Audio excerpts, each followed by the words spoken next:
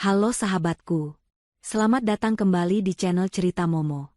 Apa jadinya kalau suami dan mertua menghilang tanpa kabar selama seminggu, tapi tiba-tiba mertua malah update status sedang merayakan pernikahan suami dengan wanita lain? Sakit banget, kan? Apalagi captionnya tertulis, "Kamu pantas dapat semua ini." Eits, tapi tunggu dulu. Jangan emosi dulu ya. Hati-hati dengan kalimat itu. Karena kadang karma datang jauh lebih cepat dan lebih kejam dari yang mereka bayangkan. Akhir cerita ini bakal bikin kalian melongo karena plot twistnya. Nah, sebelum kita masuk ke drama panas ini, yuk dukung terus channel ini dengan cara tekan tombol like dan subscribe sekarang juga. Jangan lupa absen dulu ya di kolom komentar. Tulis nama kalian, asal kota, dan ketik hadir. Aku pengen tahu nih. Sahabat Cerita Momo ada dari kota mana aja yang sudah siap menyimak kisah seru hari ini? Sudah siap? Pasang sabuk pengaman emosi kalian, dan mari kita mulai ceritanya. Jam dinding menunjukkan pukul 2 dini hari, tapi mata Raisa belum juga terpejam. Kakinya terus melangkah mondar-mandir di ruang tamu yang luas dan sunyi. Sudah 7 hari. 7 hari tanpa kabar, 7 hari tanpa suara, 7 hari penuh kecemasan yang mencekik leher. Suaminya, Fadil, dan ibu mertuanya, Bu Yanti, pamit seminggu yang lalu. Katanya ada urusan mendesak soal tanah warisan di kampung halaman Bu Yanti yang harus segera diurus. Raisa ingin ikut, tapi Fadil melarang dengan alasan perjalanan akan melelahkan dan membosankan. Raisa yang penurut akhirnya setuju, membekali mereka dengan uang saku yang tidak sedikit dan doa keselamatan. Tapi sejak hari kedua, ponsel keduanya mati total. Ya Allah, lindungi Mas Fadil dan Ibu, bisik Raisa dengan suara bergetar. Bayangan buruk tentang kecelakaan mobil, perampokan, atau musibah di jalanan sepi terus menghantui pikirannya. Raisa sudah menelepon beberapa kerabat di kampung, tapi nihil. Tidak ada yang melihat batang hidung Fadil maupun Bu Yanti. Raisa duduk lemas di sofa kulit berwarna krem itu. Rumah mewah 2 lantai ini terasa seperti gua hantu tanpa kehadiran mereka. Ia menatap layar ponselnya yang gelap di atas meja kaca, berharap ada satu saja notifikasi masuk. Sekadar memberitahu bahwa mereka masih bernapas. "Tolonglah, Mas. Ibu kasih kabar sedikit saja," rintihnya sambil memeluk lutut. Ting. Suara notifikasi WhatsApp memecah keheningan malam itu bagaikan suara petir di siang bolong. Jantung Raisa berdegup kencang, hampir melompat dari dadanya. Ia menyambar ponsel itu dengan gerakan kilat. Tangannya gemetar hebat. Itu notifikasi dari nomor Bu Yanti. "Alhamdulillah, Ibu online. Terima kasih Tuhan," seru Raisa dengan mata berkaca-kaca karena lega. Rasa syukur membuncah di dadanya. Ia buru-buru membuka aplikasi hijau itu, jempolnya sudah bersiap mengetik pesan panjang menanyakan kabar, dan kenapa mereka menghilang tanpa jejak. Namun, jari Raisa terhenti kaku di udara. Bukan pesan teks yang masuk secara pribadi padanya, melainkan sebuah pembaruan status WhatsApp. Ada rasa aneh yang tiba-tiba menyusup ke dalam hati Raisa. Kenapa update status dulu sebelum membalas puluhan pesan dan panggilan tak terjawab darinya? Dengan napas tertahan, Raisa menekan lingkaran hijau di foto profil Bu Yanti. Status itu terbuka. Dan dalam detik itu juga, dunia Raisa seakan runtuh menimpa kepalanya. Itu bukan foto pemandangan kampung. Bukan foto makan siang sederhana di warung pinggir jalan. Bukan foto mereka sedang kelelahan mengurus sengketa tanah. Itu adalah sebuah foto pesta. Di layar ponsel yang terang benderang itu, terpampang wajah Fadil. Suaminya yang ia khawatirkan setengah mati, yang ia tangisi setiap malam dalam sujudnya, sedang berdiri gagah mengenakan setelan jas pengantin berwarna putih gading. Sebuah kalung bunga melati melingkar di lehernya. Senyumnya lebar, lebih lebar dan lebih lepas dari senyum manapun yang pernah ia berikan pada Raisa selama 2 tahun terakhir pernikahan mereka. Di sebelahnya, merangkul lengan Fadil dengan sangat manja, berdiri seorang wanita muda yang cantik. Gaun pengantinnya berkilauan tertimpa lampu sorot, wajahnya penuh riasan tebal, menatap kamera dengan tatapan kemenangan yang angkuh. Raisa menyipitkan mata, dadanya sesak. Ia mengenalnya. Itu Gaida. Mantan rekan kerja Fadil yang dulu pernah dikenalkan sekilas. Namun saat itu Fadil bersumpah mati-matian bahwa wanita itu hanyalah teman biasa yang tak perlu dicemburui. Dan di sisi lain pengantin baru itu, berdiri Bu Yanti. Mertua yang selama ini dibiayai hidupnya oleh Raisa, mulai dari obat-obatan rutin hingga baju yang ia kenakan sehari-hari. Di foto itu, Bu Yanti memakai kebaya brokat emas yang sangat mewah, sanggul tinggi dengan hiasan melati, dan perhiasan berlian yang berkilau di leher dan pergelangan tangannya. Wajah tuanya menyeringai bahagia, memegang bahu Fadil dengan rasa bangga yang meluap-luap. Mata Raisa beralih ke tulisan di bawah foto itu. Caption yang ditulis Bu Yanti seolah menjadi belati berkarat yang menusuk tepat di jantung Raisa, memutar-mutarnya hingga hancur lebur. Selamat menikah anakku sayang. Kamu pantas dapat semua ini. Akhirnya punya istri yang sepadan, cantik, dan berkelas. Raisa membeku. Air mata yang tadi menetes karena khawatir, kini mengering seketika, digantikan oleh rasa dingin yang menjalar dari ujung kaki hingga ke ubun-ubun. Menikah? Bisiknya lirih, suaranya terdengar asing dan parau di telinganya sendiri. Mas Fadil menikah lagi? Seminggu ini, kalian menikah? Tangan Raisa gemetar hebat, tapi ia memaksa dirinya untuk tidak melempar ponsel itu. Ia memperbesar foto itu. Ia meneliti setiap detailnya dengan mata elang yang terluka. Ini bukan pernikahan siri yang dilakukan diam-diam di bawah tangan di sebuah rumah petak kumuh. Ini adalah pesta besar. Latar belakang foto menunjukkan sebuah ballroom hotel berbintang yang megah. Lampu gantung kristal raksasa terlihat menggantung di sudut atas. Dekorasi bunga segar impor memenuhi ruangan, menciptakan suasana romantis yang mahal. Kursi-kursi tamu berbalut kain satin kualitas terbaik. Otak cerdas Raisa mulai bekerja di tengah badai rasa sakitnya.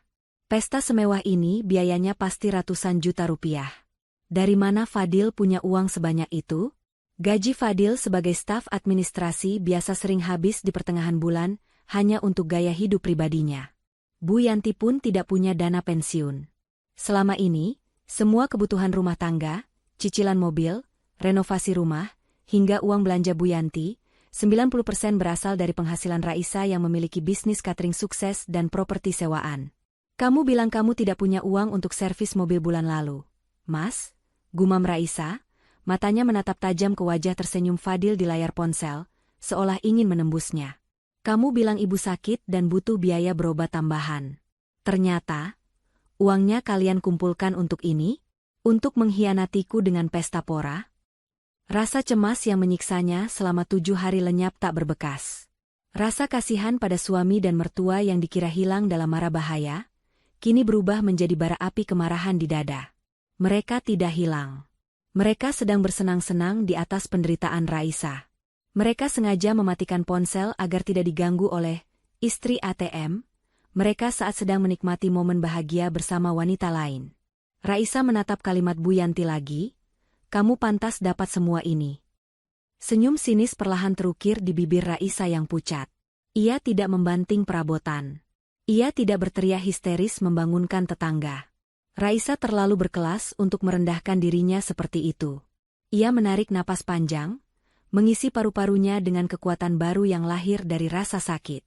Ibu benar, kata Raisa pelan, tatapannya dingin menusuk layar, seolah berbicara langsung pada Bu Yanti. Mas Fadil memang pantas mendapatkan semua ini. Kalian semua pantas mendapatkan hadiah dari apa yang sudah kalian tanam. Dengan jari yang kini mantap, Raisa menekan tombol screenshot. 1 kali. 2 kali. Ia menyimpan bukti pengkhianatan itu dengan rapi. Malam ini, air matanya mungkin jatuh terakhir kalinya untuk lelaki bernama Fadil. Tapi besok adalah hari di mana Raisa akan berhenti menjadi istri yang bodoh dan penurut. Raisa bangkit dari sofa, berjalan perlahan menuju jendela besar yang menghadap ke halaman depan yang gelap. Rumah mewah ini sepi, tapi di dalam kepala Raisa, rencana-rencana baru mulai disusun. Ia tidak akan membiarkan mereka pulang dan melihatnya hancur berantakan. Tidak. Saat mereka pulang nanti, mereka tidak akan menemukan Raisa yang menangis di pojok ruangan. Mereka akan menemukan kejutan yang jauh lebih besar daripada sekadar status WhatsApp. Matahari pagi mulai menyelinap masuk melalui celah gorden, namun kehangatannya sama sekali tidak mampu mencairkan kebekuan di hati Raisa. Ia masih duduk di posisi yang sama, menatap layar ponsel yang kini baterainya tinggal 10%. Foto pesta pernikahan itu masih terpampang di sana, menjadi saksi bisu betapa bodohnya ia selama ini karena terlalu percaya. Raisa meletakkan ponselnya di meja. Ia tidak menangis histeris seperti wanita di sinetron yang baru saja diselingkuhi. Sebaliknya, otak bisnisnya yang terbiasa menghadapi krisis mendadak kini mengambil alih kendali emosinya. Raisa mulai berhitung. Pesta di Hotel Grand Diamond, dekorasi bunga impor, gaun desainer, perhiasan berlian yang dipakai ibu. Raisa bergumam, jarinya mengetuk-ngetuk meja kaca. Total biaya pasti di atas 500 juta. Mustahil Mas Fadil punya uang tunai segitu. Tabungan bersamanya saja baru terkuras bulan lalu untuk alasan renovasi rumah kerabat yang fiktif itu. Kening Raisa berkerut. Jika bukan uang tunai, lalu dari mana? Pinjaman online? Tidak mungkin cair sebanyak itu dalam waktu singkat. Hutang ke teman? Teman-teman Fadil rata-rata ekonominya pas-pasan. Tiba-tiba, sebuah dugaan mengerikan melintas di benaknya. Jantung Raisa berdegup kencang, bukan karena sedih, tapi karena firasat buruk tentang aset yang selama ini ia jaga. Raisa bangkit berdiri, langkahnya tegas menuju ruang kerja Fadil di lantai bawah. Ruangan itu biasanya adalah wilayah terlarang bagi Raisa. Fadil selalu beralasan itu adalah tempatnya mencari inspirasi dan mengurus pekerjaan kantor yang rumit, sehingga tidak boleh ada yang mengganggu, bahkan Raisa sekalipun. Dulu, Raisa menghormati privasi itu sebagai bentuk dukungan istri solehah. Tapi hari ini, kata, privasi, sudah tidak berlaku lagi. Pintu ruangan itu terkunci. Tentu saja, Raisa tidak kehilangan akal. Ia pergi ke dapur, mengambil kotak peralatan, dan kembali dengan sebuah obeng pipih.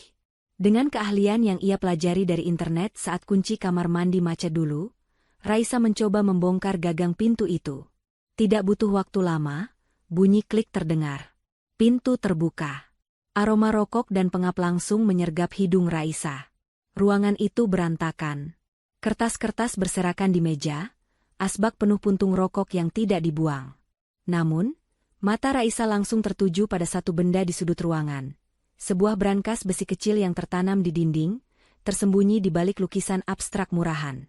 Itu adalah tempat Fadil menyimpan dokumen-dokumen penting, termasuk surat-surat berharga keluarga. Raisa tahu kombinasi angkanya. Tanggal pernikahan mereka.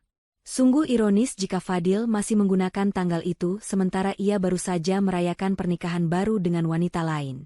Jari-jari Raisa menekan tombol angka dengan cepat. Bip, bip, bip. Lampu indikator berubah hijau. Pintu brankas terbuka. Raisa menahan napas saat ia mulai memeriksa isinya. Ada beberapa map dokumen asuransi, akta kelahiran, dan buku nikah mereka yang kini rasanya ingin ia bakar. Namun, tangan Raisa meraba bagian paling belakang, tempat di mana sebuah map tebal berwarna biru seharusnya berada. Kosong. Raisa menarik semua isi brankas keluar, menjatuhkannya ke lantai, dan memeriksa ulang dengan panik. Nihil. Map biru itu tidak ada. Map itu berisi sertifikat hak milik, SHM, rumah mewah yang mereka tempati ini. Memang, secara hukum, tanah dan bangunan asli rumah ini adalah warisan dari orang tua Fadil. Namun, saat mereka menikah, bangunan aslinya sudah tua dan hampir roboh. Raisalah yang mengeluarkan uang tabungan pribadinya miliaran rupiah untuk merubuhkan bangunan lama dan membangun istana megah 2 lantai ini. Raisa jugalah yang mengisi seluruh perabotan di dalamnya. Kesepakatan lisan mereka dulu, rumah ini adalah aset bersama demi masa depan anak-anak mereka kelak. Meskipun Fadil selalu menunda-nunda untuk membalik nama sertifikat itu menjadi nama berdua dengan alasan birokrasi yang ribet.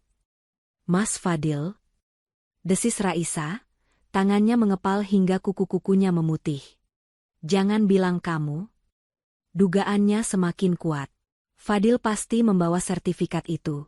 Dan satu-satunya alasan seseorang membawa sertifikat tanah asli saat pergi berhari-hari tanpa kabar adalah untuk menjaminkannya. Raisa merasa mual. Rumah ini adalah hasil keringatnya. Bagaimana bisa Fadil dan Bu Yanti tega mempertaruhkan tempat berteduh ini hanya demi sebuah pesta pamer untuk gundik itu? Raisa harus memastikan dugaannya. Ia tidak bisa bertindak gegabah hanya berdasarkan asumsi. Ia butuh bukti konkret. Ia teringat pada Sinta, sahabat kuliahnya yang kini menjabat sebagai kepala cabang di salah satu bank swasta ternama di kota ini. Fadil pernah beberapa kali membual ingin mengajukan pinjaman usaha ke bank tempat Sinta bekerja, meskipun selalu ditolak karena rekam jejak kredit Fadil yang buruk. Raisa menyambar ponselnya lagi. Pukul 7 pagi. Sinta pasti sudah bangun. Nada sambung terdengar 3 kali sebelum suara riang Sinta menyapa di seberang sana. Halo, Bu Bos Catering. Tumben telepon pagi-pagi? Mau traktir sarapan ya? Canda Sinta. Raisa berusaha mengatur napasnya agar terdengar normal, namun getaran kemarahan dalam suaranya sulit disembunyikan. Sin, aku butuh bantuanmu. Penting dan mendesak. Ini soal Mas Fadil. Hening sejenak di seberang sana. Nada suara Sinta langsung berubah serius. Kenapa dengan suamimu? Sa? Ada masalah? Mas Fadil dan ibu mertuaku menghilang seminggu ini. Tapi tadi malam aku tahu mereka ternyata sedang menikah lagi di luar kota. Pesta besar, Sin. Mewah sekali. Jelas Raisa cepat, tanpa basa-basi. Apa? Gila. Kurang ajar banget. Teriak Sinta kaget. Simpan dulu marahnya, Sin. Aku butuh kamu cek sesuatu. Sertifikat rumahku hilang dari brankas. Aku curiga Mas Fadil menjaminkannya. Kamu punya akses untuk cek by checking atau data agunan di bank-bank jaringanmu, kan? Tolong bantu aku cari tahu. Apakah nama Fadil Arya Setia baru saja mengajukan pinjaman besar dalam bulan-bulan terakhir ini? Ya ampun, Sa, kalau sertifikat itu sampai dia gadaikan. Suara Sinta terdengar khawatir. Oke, kirimkan nik dan data lengkap Fadil sekarang. Aku akan coba cek lewat sistem dan kontak teman-temanku di asosiasi bank. Beri aku waktu 1 jam. Terima kasih, Sin. Aku tunggu kabarnya. Raisa menutup telepon. 1 jam itu terasa seperti seabad bagi Raisa. Ia menghabiskan waktu dengan mengelilingi rumah. Ia menyentuh dinding marmer ruang tamu, mengusap sofa bludru yang ia pesan khusus dari luar negeri, dan menatap lampu gantung kristal yang ia beli dari hasil lelang. Setiap sudut rumah ini ada jejak kerja kerasnya. Rasanya tidak rela jika semua ini harus lenyap, karena kebodohan lelaki yang tidak tahu diri. Tepat 50 menit kemudian, ponsel Raisa berdering. Nama Sinta muncul di layar. Raisa segera mengangkatnya. Halo, Sin. Bagaimana? Suara Sinta di seberang sana terdengar berat, ragu-ragu, dan penuh rasa bersalah, seolah-olah dialah yang melakukan kesalahan. Sa, kamu harus kuat ya dengar ini, ucap Sinta pelan. Jantung Raisa seakan berhenti berdetak. Katakan saja, Sin. Aku sudah siap dengan kemungkinan terburuk. Aku sudah cek. Ternyata benar. 3 bulan yang lalu, ada pencairan dana pinjaman yang sangat besar atas nama Fadil, dengan agunan sertifikat rumah di alamat kamu tinggal sekarang. Dia mengajukannya ke bank swasta lain, bukan bank tempatku bekerja, tapi datanya terintegrasi karena statusnya sekarang. Sinta menggantung kalimatnya. Statusnya apa, Sin? Desak Raisa. Statusnya macet total. Sa. Masuk kolektibilitas 5. Dia tidak pernah membayar cicilan sepeser pun sejak bulan pertama pencairan. Dan menurut data sistem, pihak bank sudah mengeluarkan surat peringatan ketiga 2 minggu lalu. Jika tidak ada respon, mereka akan segera melakukan eksekusi sita. Sa, rumah itu sudah di ujung tanduk. Dunia Raisa terasa berputar. Kakinya lemas, membuatnya terduduk di lantai dingin ruang kerjanya. 3 bulan lalu, itu artinya Fadil sudah merencanakan pernikahan dengan Gaida sejak lama. Dia mencuri sertifikat, mengambil uangnya, lalu kabur menikmati hasilnya, meninggalkan Raisa dengan bom waktu yang siap meledak kapan saja. Terima kasih infonya, Sin. Suara Raisa terdengar sangat dingin, beku, tanpa emosi. Sa, kamu baik-baik saja? Aku kesana sekarang ya. Tidak usah, Sin. Aku baik-baik saja. Sangat baik malah, jawab Raisa datar. Matanya menatap brankas yang melompong itu dengan tatapan nyalang. Sekarang aku tahu apa yang harus aku lakukan. Raisa mematikan telepon. Ia tidak menangis. Anehnya, rasa sakit di hatinya perlahan berubah menjadi ketenangan yang mematikan. Fakta sudah di tangan. Rumah ini sudah bukan miliknya lagi, dan Fadil telah menghancurkan segalanya. Tapi Raisa tidak akan membiarkan dirinya tertimbun reruntuhan ini sendirian. Jika kapal ini akan karam, ia akan pastikan ia sudah melompat ke skoci penyelamat sebelum air menenggelamkan segalanya. Dan biarkan tikus-tikus itu yang tenggelam bersama kapal bocor yang mereka lubangi sendiri. Raisa bangkit berdiri, merapikan bajunya, lalu melangkah keluar dari ruang kerja Fadil. Baiklah, Mas Fadil, Ibu, gumam Raisa sambil menatap sekeliling rumah mewahnya untuk terakhir kali dengan pandangan menilai. Kalian ingin main api? Aku akan sediakan bensinnya. Suara bel pintu yang berulang kali ditekan membuyarkan lamunan Raisa. Ia melirik jam dinding, pukul 10 pagi. Siapa yang bertamu di jam kerja seperti ini? Apakah Fadil pulang lebih awal karena kehabisan uang? Dengan langkah waspada, Raisa berjalan menuju pintu utama. Ia mengintip melalui jendela samping. Di teras, berdiri dua orang pria berbadan tegap mengenakan kemeja batik lengan panjang, membawa tas kerja kulit dan map tebal. Wajah mereka asing, bukan wajah kerabat ataupun teman Fadil. Ekspresi mereka kaku, serius, dan tidak sabaran. Raisa membuka pintu perlahan. Selamat pagi, cari siapa ya, Pak? Salah satu pria yang tampak lebih tua, dengan rambut mulai memutih di bagian pelipis, mengangguk sopan namun tegas. Selamat pagi, Bu. Apakah benar ini kediaman Bapak Fadil Arya Setya? Kami dari Bank Sentosa, saya Herman, bagian penyelesaian kredit bermasalah. Darah Raisa berdesir hebat. Informasi Sinta tadi pagi ternyata bukan sekadar data di layar komputer, tapi kenyataan yang kini berdiri tepat di depan pintu rumahnya. Kredit bermasalah. Kalimat halus untuk penagih hutang. Benar, ini rumahnya. Tapi suami saya sedang tidak ada di tempat. Jawab Raisa tenang, berusaha menyembunyikan getaran tangannya dengan memegang gagang pintu erat-erat. Pak Herman menghela napas panjang, tampak frustrasi. Maaf, Bu. Kami sudah mencoba menghubungi Pak Fadil ratusan kali, tapi nomornya tidak aktif. Kami juga sudah mengirimkan surat peringatan pertama sampai ketiga ke alamat ini, tapi tidak ada respon sama sekali. Kunjungan kami hari ini adalah prosedur terakhir sebelum pelimpahan berkas ke balai lelang. Surat peringatan, potong Raisa, alisnya bertaut.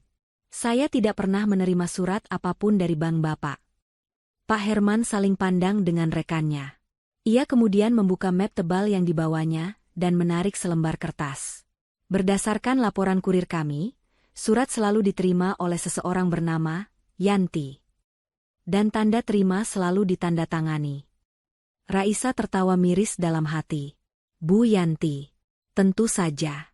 Ibu mertuanya itu pasti bersekongkol menyembunyikan surat-surat itu agar Raisa tidak tahu bahwa istana mereka sedang digadaikan. Mereka pikir mereka bisa lari dari masalah ini selamanya? Boleh saya lihat berkasnya, Pak? Pinta Raisa. Pak Herman ragu sejenak, namun melihat sikap Raisa yang kooperatif, ia menyerahkan salinan dokumen perjanjian kredit itu. Mata Raisa menyapu lembaran kertas itu dengan cepat.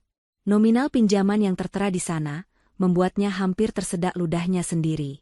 3 miliar rupiah. Angka yang fantastis.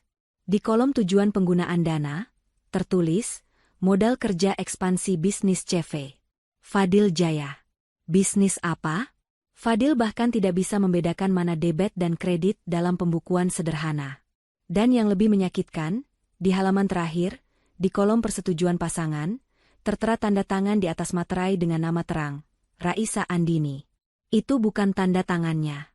Tarikan garisnya kasar dan kaku, jelas sekali hasil tiruan amatir. Fadil memalsukan tanda tangannya. Kejahatan ini sudah berlapis-lapis. Penggelapan, penipuan, dan pemalsuan dokumen. 3 bulan lalu, gumam Raisa pelan, matanya terpaku pada tanggal pencairan dana. Ingatannya melayang ke masa 3 bulan lalu. Saat itu, Fadil tiba-tiba membelikan Bu Yanti perhiasan emas 1 set lengkap dan sering, dinas luar kota, di akhir pekan. Raisa mengira bisnis sampingan Fadil sedang untung kecil-kecilan. Ternyata, itu adalah uang hasil menggadaikan atap tempat mereka bernaung. Uang 3 miliar itu pasti sudah ludes untuk membiayai gaya hidup hedonisme Bu Yanti, membeli mobil baru yang mungkin disembunyikan di tempat gundik itu, dan puncaknya, pesta pernikahan megah di hotel berbintang yang fotonya baru saja ia lihat semalam. Mereka membakar rumah ini demi pesta satu malam. Bu? Ibu baik-baik saja? Tegur Pak Herman melihat wajah Raisa yang memucat. Raisa mendongak, menatap Pak Herman dengan tatapan yang sulit diartikan. Bukan tatapan memohon belas kasihan, melainkan tatapan pasrah yang aneh. Pak Herman, suara Raisa terdengar datar. Tanda tangan ini palsu. Saya tidak pernah menyetujui pinjaman ini. Wajah Pak Herman berubah tegang. Waduh, kalau begitu ini masuk ranah pidana, Bu. Tapi, posisi bank tetap kuat karena sertifikat asli ada di tangan kami, dan Pak Fadil sendiri yang menyerahkannya. Jika Ibu ingin menuntut suami Ibu, itu urusan perdata pidana terpisah. Fokus kami sekarang adalah aset ini. Saya paham, potong Raisa cepat. Berapa sisa waktu yang kami punya? Sesuai prosedur, karena ini sudah macet total dan nilai agunan mulai turun, kami memberi waktu 3x 24 jam untuk pengosongan sukarela. Jika tidak, minggu depan tim eksekusi akan datang bersama jurusita pengadilan untuk pengosongan paksa dan pemasangan plang di lelang. 3 hari. Waktu yang sangat sempit bagi orang biasa, tapi lebih dari cukup bagi Raisa yang sudah siap melepaskan segalanya. Baik, Pak. Lakukan saja sesuai prosedur. Jawab Raisa tenang, membuat Pak Herman ternganga kaget. Maksud Ibu? Ibu akan melunasinya? Tanya Pak Herman penuh harap. Raisa tersenyum tipis. Senyum yang mengandung kepahitan sekaligus kepuasan tersembunyi. Tidak, Pak. Saya tidak punya uang sebanyak itu. Dan saya tidak berniat membayar hutang yang tidak pernah saya nikmati uangnya. Silakan Bapak proses lelangnya. Silakan pasang plang segelnya. Kalau perlu, ratakan saja sekalian untuk proyek baru. Pak Herman menatap Raisa seolah ia adalah wanita gila. Biasanya, nasabah akan menangis, memohon perpanjangan waktu, atau marah-marah. Tapi wanita di hadapannya ini justru mempersilakan rumah mewahnya diambil dengan sukarela. Tapi, Bu, ini rumah mewah. Sayang sekali kalau dilelang murah. Pak Herman mencoba bernegosiasi, bingung dengan situasi ini. Itu urusan Bapak dengan suami saya, Fadil. Dia yang berhutang, dia yang harusnya pusing. Saya hanya numpang tidur di sini. Raisa menyerahkan kembali berkas itu. Bapak bisa kembali 3 hari lagi. Saya jamin, rumah ini sudah kosong dari barang-barang berharga. Setelah Pak Herman pergi dengan wajah penuh tanda tanya, Raisa menutup pintu. Ia bersandar di daun pintu, menghela napas panjang. 3 hari. Fadil dan Bu Yanti baru akan pulang 5 hari lagi sesuai rencana, bulan madu, mereka. Itu artinya, saat mereka tiba di depan pagar, rumah ini sudah bukan lagi milik mereka. Plang merah bertuliskan tanah dan bangunan ini, dalam sitaan ban akan menjadi sambutan selamat datang yang paling meriah. Tapi Raisa tidak akan berhenti di situ. Membiarkan ban menyita rumah ini memang menyakitkan bagi Fadil, tapi itu belum cukup.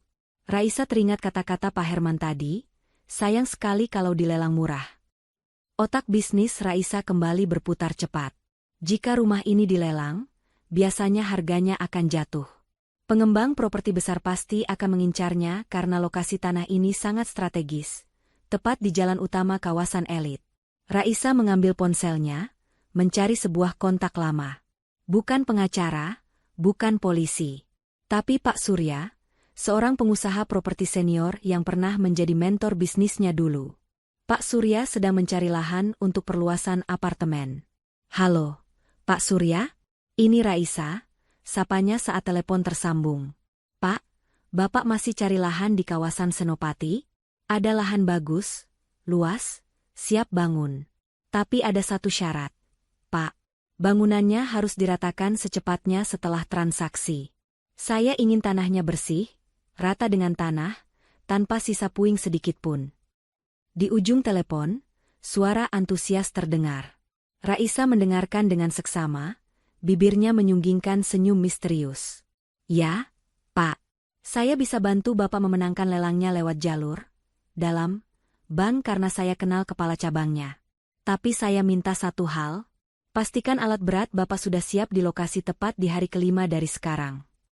Raisa menutup telepon. Ia menatap sekeliling ruang tamu yang penuh kenangan palsu itu. Kalian ingin hidup mewah di atas penderitaanku?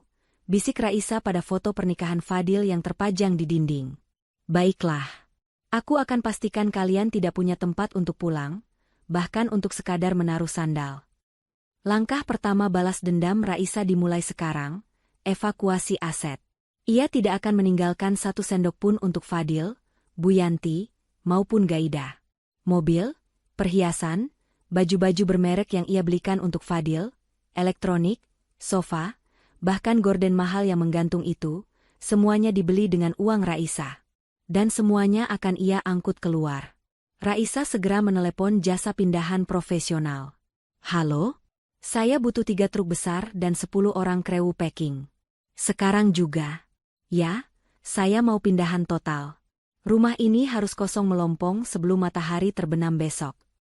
Suara lakban yang ditarik panjang dan bunyi kardus yang ditumpuk menjadi satu-satunya musik yang mengisi rumah mewah itu sepanjang hari.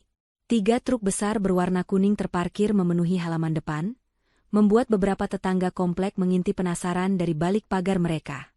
Namun, Raisa tidak peduli. Ia berdiri di tengah ruang tamu bak seorang jenderal perang, memegang daftar inventaris di tangannya, memberikan instruksi tegas kepada 10 orang kru pindahan yang bekerja secepat kilat. Hati-hati dengan sofa kulit itu, jangan sampai tergores. Bungkus dengan bubble wrap 3 lapis, perintah Raisa sambil menunjuk sofa Chesterfield impor yang dulu ia beli seharga puluhan juta. Siap, Bu, sahut kepala kru. Lemari kaca di sudut sana, kosongkan isinya dulu. Semua kristal Swarovski itu masukkan ke kotak khusus yang ada busanya. Jangan ada satupun yang retak. Lanjutnya, Raisa tidak main-main. Ia benar-benar melakukan pembersihan total. Sesuai prinsip hukum dan keadilan versinya, ia hanya mengambil apa yang dibeli dengan uangnya sendiri. Sayangnya bagi Fadil, hampir 99% isi rumah ini adalah uang Raisa. Mulai dari televisi layar datar 65 inci di ruang keluarga, sound system canggih, kulkas 2 pintu, mesin cuci, hingga gorden sutra yang menggantung megah di jendela, semuanya diangkut. Raisa bahkan memerintahkan kru untuk mencopot AC di setiap kamar. Ia tidak rela udara dingin yang nyaman itu dinikmati oleh pengkhianat. Saat Raisa melangkah masuk ke kamar utama, kamar yang dulu menjadi saksi bisu pernikahannya dengan Fadil, ia merasakan sedikit nyeri di dada. Namun, nyeri itu segera hilang saat ia melihat lemari pakaian Fadil yang terbuka. Baju-baju kerja, jas, dan sepatu bermerek berjejer rapi. Raisa tersenyum sinis. Semua itu ia yang membelikan. Pak, tolong angkut semua isi lemari ini. Masukkan ke kotak bertuliskan, donasi, kata Raisa dingin pada salah satu pekerja. Kecuali kaos-kaos oblong yang sudah bolong dan celana pendek kusam itu. Tinggalkan saja di lantai. Di kamar tamu yang ditempati Bu Yanti, Raisa lebih tega lagi. Ia memerintahkan pekerja untuk mengangkut tempat tidur spring bed kualitas hotel bintang 5 yang ia beli khusus agar punggung mertuanya tidak sakit. Sebagai gantinya, Raisa membiarkan dipan kayu tua reot yang penuh rayap, kasur asli Bu Yanti dari kampung sebelum dibawa ke sini, tetap berada di sana. Biarkan ibu merasakan nostalgia masa lalunya. Gumam Raisa sambil menutup pintu kamar itu. Di tengah kesibukan itu, ponsel Raisa bergetar di saku celana jeansnya. Nama, suamiku, muncul di layar. Raisa menatap layar itu dengan tatapan kosong. Ini panggilan kelima hari ini. Sebelumnya, Raisa sengaja mengabaikannya. Namun, jika ia terus diam, Fadil mungkin akan curiga dan pulang lebih cepat. Itu akan merusak rencana besarnya. Raisa menarik napas panjang, mengatur nada suaranya agar terdengar normal, lalu menggeser tombol hijau. Halo, Mas, sapa Raisa datar. Ya ampun, Raisa, kamu kemana saja sih? Ditelepon dari pagi kok nggak diangkat-angkat.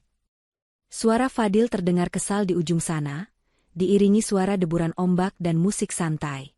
Rupanya mereka sedang di pantai. Maaf, Mas. Aku sibuk bersih-bersih rumah. HP aku silent di kamar, dusta Raisa dengan lancar. Bersih-bersih dalam arti yang sesungguhnya. Oh, ya sudah. Jangan capek-capek. Ingat, jaga kesehatan biar bisa terus kerja. Ujar Fadil dengan nada sok perhatian yang membuat perut Raisa mual. Mas cuma mau kabari, mungkin Mas dan Ibu pulang agak telat, lusa baru sampai. Urusan tanah di sini ternyata ribet banget. Mas harus bolak-balik kantor notaris. Raisa menahan tawa getir. Kantor notaris atau kamar hotel? Kebohongan Fadil terdengar sangat menggelikan sekarang, karena Raisa sudah tahu segalanya. Oh, begitu ya, Mas. Tidak apa-apa. Selesaikan saja urusannya sampai tuntas. Nikmati waktunya, jawab Raisa, penuh makna ganda. Iya, ini ibu juga titip salam. Katanya jangan lupa tanaman anggrek kesayangannya disiram pagi sore. Awas kalau mati, itu mahal. Raisa melirik ke arah teras samping. Pot-pot anggrek bulan koleksi Bu Yanti, yang sebenarnya dibeli pakai uang Raisa juga, sudah masuk ke dalam truk nomor 2. Tenang saja, Mas. Tanaman ibu sudah aku urus dengan baik. Posisinya sudah di tempat yang seharusnya, jawab Raisa tenang. Baguslah kalau kamu mengerti. Kamu memang istri yang bisa diandalkan. Ya sudah, Mas mau lanjut rapat dulu dengan pengacara desa. Assalamualaikum. Waalaikumsalam. Sambungan terputus. Raisa membayangkan wajah Fadil yang tersenyum puas, merasa berhasil membohongi istrinya yang ia anggap bodoh. Fadil pasti sedang menertawakan Raisa bersama Gaida, membanggakan betapa mudahnya ia mengendalikan situasi. Nikmatilah tawamu sekarang, Mas, batin Raisa. Karena lusa, kamu akan lupa caranya tersenyum. Menjelang sore, rumah itu benar-benar berubah wujud. Tidak ada lagi kesan mewah. Tidak ada lagi kenyamanan. Lantai marmer itu kini telanjang dan kotor oleh jejak sepatu para kuli angkut. Dinding-dinding terlihat kosong melompong, menyisakan bekas persegi panjang yang lebih terang di tempat lukisan-lukisan dulu tergantung. Gema suara pantulan langkah kaki terdengar nyaring di setiap ruangan saking kosongnya. Yang tersisa di rumah itu hanyalah barang-barang rongsokan. Meja makan kaki pincang warisan ayah Fadil, kursi plastik pecah di dapur, tumpukan majalah bekas, dan sampah-sampah yang tidak berguna. Raisa bahkan membawa semua lampu hias gantung dan menggantinya dengan bohlam 5 watt yang cahayanya remang-remang menyedihkan. Semua sudah masuk truk. Bu, kita jalan ke lokasi apartemen sekarang? Tanya kepala kru sambil menyeka keringat. Ya, jalan duluan. Saya mau kunci pintu dulu, jawab Raisa. Setelah truk-truk itu menderu pergi meninggalkan komplek, Raisa berdiri sendirian di tengah ruang tamu yang gelap. Ia merasakan kelegaan yang luar biasa. Beban berat seolah terangkat dari pundaknya bersamaan dengan perginya barang-barang itu. Rumah ini bukan lagi rumahnya. Ini hanyalah bangunan kosong tak bertuan yang sedang menunggu vonis mati. Raisa mengeluarkan sebuah amplop putih dari tasnya. Di dalamnya berisi surat gugatan cerai yang sudah ia tanda tangani di atas materai. Ia meletakkan amplop itu di lantai, tepat di tengah ruangan, satu-satunya benda bersih di tempat itu. Hadiah penyambutan, bisiknya. Ia melangkah keluar, menutup pintu utama yang kuncinya sudah rusak dibongkar paksa tadi pagi. Sengaja ia biarkan begitu agar pihak bank tidak kesulitan masuk besok. Raisa berjalan menuju mobilnya, sebuah SUV hitam gagah yang ia beli atas nama perusahaannya sendiri, sehingga aman dari sitaan bank. Saat ia menyalakan mesin mobil, notifikasi Instagram muncul. Akun Gaida, yang tidak berteman dengannya tapi akunnya tidak dikunci, mengunggah sebuah story. Video bumerang mereka bertiga sedang cheers gelas jus jeruk di pinggir kolam renang mewah. Wajah Bu Yanti terlihat sangat sumringah, seolah baru memenangkan lotre. Captionnya tertulis, Family Time sebelum pindah ke Istana Baru. Raisa tersenyum miring. Istana Baru? Maksudmu tenda pengungsian? Ia menginjak pedal gas, melesat meninggalkan rumah kenangan itu tanpa menoleh sedikit pun ke belakang. Tujuannya sekarang adalah apartemen penthouse di pusat kota yang baru saja ia sewa untuk setahun ke depan.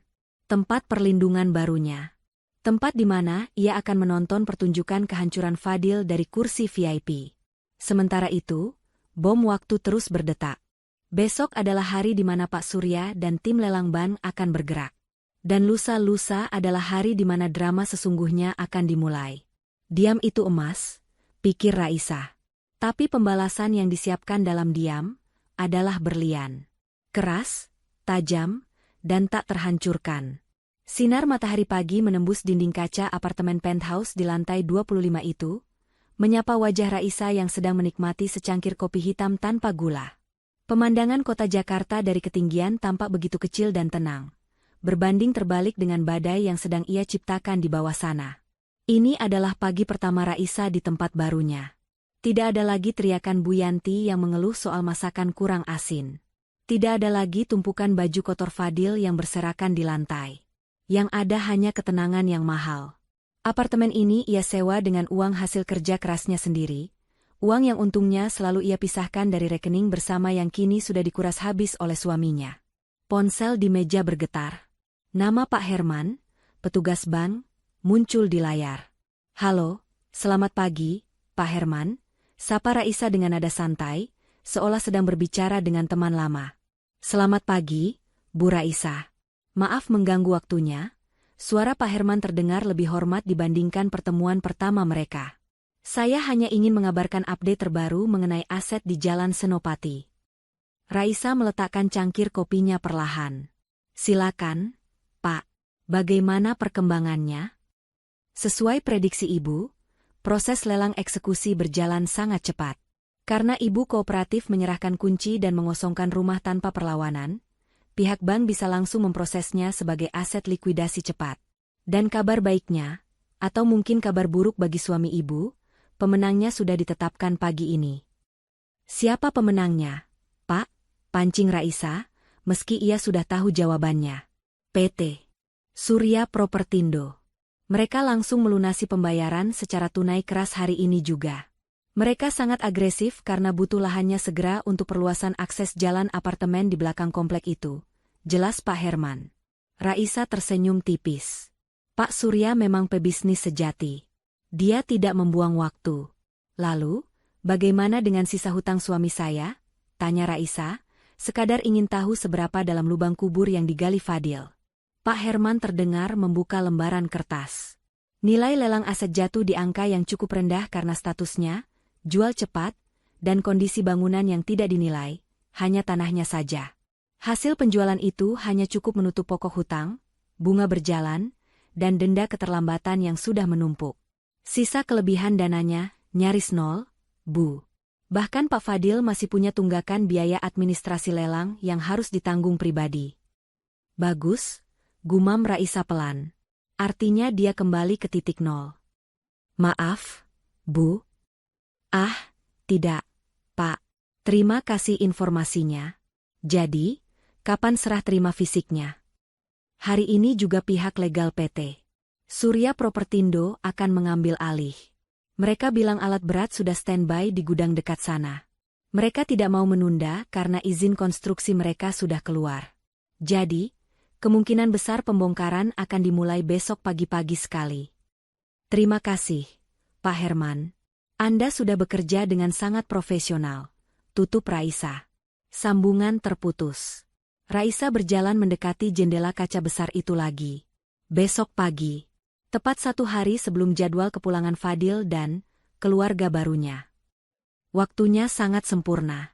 Siang harinya, Raisa memutuskan untuk menemui Pak Surya di kantor pemasarannya yang tidak jauh dari lokasi rumah lama.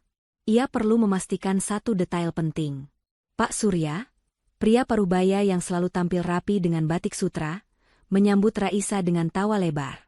"Raisa, anak didik saya yang paling cerdas," seru Pak Surya sambil menjabat tangan Raisa erat. "Kamu benar-benar memberi saya emas. Tanah di lokasi itu sudah saya incar 5 tahun lalu, tapi mertuamu selalu pasang harga tidak masuk akal. Sekarang, saya dapat harga diskon besar-besaran dari bank." Raisa tersenyum sopan. "Sama-sama untung, Pak. Bapak dapat tanah murah, saya dapat ketenangan batin." Wajah Pak Surya berubah sedikit serius, menatap Raisa dengan rasa ingin tahu. "Tapi saya masih heran. Itu rumah kamu juga, kan? Kamu yang bangun, kamu yang desain. Kenapa kamu malah minta saya meratakannya secepat kilat? Sayang loh, marmernya itu mahal." Raisa menatap lurus ke mata Pak Surya. Tidak ada keraguan sedikitpun di manik matanya yang hitam legam. "Rumah itu sudah ternoda, Pak. Pondasinya dibangun di atas janji suci, tapi atapnya menaungi pengkhianatan. Saya tidak mau ada sisa kenangan. Lagi pula, Bapak butuh tanahnya kosong untuk akses jalan, kan? Kalau masih ada bangunan, proses perizinan Bapak akan lebih lama. Pak Surya mengangguk-angguk, paham bahwa ada luka dalam di balik keputusan bisnis yang dingin itu. Baiklah. Saya tidak akan tanya urusan pribadi lebih jauh. Sesuai permintaanmu, tim kontraktor saya akan mulai bekerja besok jam 7 pagi. Saya kerahkan 2 ekskavator sekaligus. Target saya, sore hari sudah rata. Satu lagi, Pak, tambah Raisa. Boleh saya minta tolong satpam komplek dikondisikan? Kalau nanti pemilik lama datang, anggap saja mereka orang asing. Beres. Satpam komplek itu, Pak Ujang kan? Dia sudah jadi pegawai saya sekarang. Dia tahu siapa bos barunya. Setelah pertemuan itu, Raisa merasa lega. Semua pion sudah berada di posisinya masing-masing. Raja dan ratu yang sombong itu akan segera kena skakmat. Sore harinya, Raisa mampir ke sebuah toko elektronik. Ia membeli sebuah kamera CCTV portabel bertenaga baterai yang bisa terkoneksi ke ponsel. Ia kemudian menyetir mobilnya menuju komplek perumahan lamanya. Suasana komplek cukup sepi. Rumah mewahnya, atau yang kini lebih tepat disebut rumah kosong itu, berdiri suram tanpa penerangan. Pagar depannya sudah ditempeli stiker besar berwarna merah oleh pihak bank. Aset ini dalam penguasaan bank. Dan di sebelahnya, ada spanduk baru yang lebih besar lagi dari PT Surya Propertindo, tanah ini milik PT Surya Propertindo. Dilarang masuk tanpa izin. Raisa tidak masuk ke dalam rumah. Ia hanya memarkir mobilnya sebentar di seberang jalan, di dekat pos satpam yang kosong. Dengan cekatan, ia menyembunyikan kamera kecil itu di dahan pohon rindang yang menghadap langsung ke gerbang rumahnya. Aku tidak mau melewatkan ekspresi wajah kalian, bisik Raisa sambil mengaktifkan koneksi kamera ke HP-nya. Gambar di layar terlihat jernih. Saat hendak pergi, ponsel Raisa berbunyi lagi. Kali ini pesan WhatsApp dari Fadil. Sebuah foto selfie Fadil dan Bu Yanti di dalam pesawat. Wajah mereka tampak lelah tapi bahagia. Fadil, sayang, kami sudah boarding. Tapi transit dulu di Surabaya semalam, ada saudara ibu yang mau ketemu. Jadi fix sampai rumah lusa siang ya. Jangan lupa masak rendang kesukaan ibu. Kangen masakan rumah. Raisa membaca pesan itu dengan tatapan jijik. Masak rendang, cibirnya. Kalian pikir kalian sedang pulang ke rumah makan Padang. Raisa mengetik balasan singkat, memastikan sandiwara ini tetap berjalan sampai detik terakhir. Raisa, siap, Mas. Hati-hati di jalan. Aku akan siapkan kejutan spesial buat kalian. Raisa tidak berbohong. Itu memang kejutan. Kejutan yang akan membuat lutut mereka lemas dan jantung mereka berhenti berdetak sesaat. Malam itu, di apartemen barunya, Raisa tidur dengan nyenyak untuk pertama kalinya dalam seminggu. Ia tidak sabar menunggu matahari terbit. Besok, suara deru mesin buldozer akan menjadi musik terindah yang pernah ia dengar. Penghancuran masa lalu untuk membangun masa depan yang baru. Dan Fadil, dia masih terbang di awan, tidak menyadari bahwa landasan pacu tempat dia akan mendarat sudah tidak ada lagi. Sinar matahari pagi belum sepenuhnya hangat menyapa bumi, namun raungan mesin diesel sudah memecah keheningan di Jalan Senopati. Jam di dashboard mobil Raisa menunjukkan pukul 6.45 waktu Indonesia Barat. Ia memarkir kendaraannya agak jauh dari lokasi rumah lamanya, terlindung di balik bayangan pohon besar, namun cukup strategis untuk melihat pertunjukan pagi itu. Kaca mobilnya yang gelap sempurna menyembunyikan kehadirannya. 2 unit ekskavator berwarna kuning cerah, monster besi penghancur, sudah standby di depan pagar rumah. Beberapa pekerja berseragam rompi oranye bertuliskan PT Surya Propertindo, tampak sibuk memasang garis pembatas keamanan agar warga yang lewat tidak mendekat. Pak Ujang, satpam komplek, terlihat sibuk mengatur lalu lintas pagi yang mulai ramai, sesekali menjawab pertanyaan tetangga yang penasaran.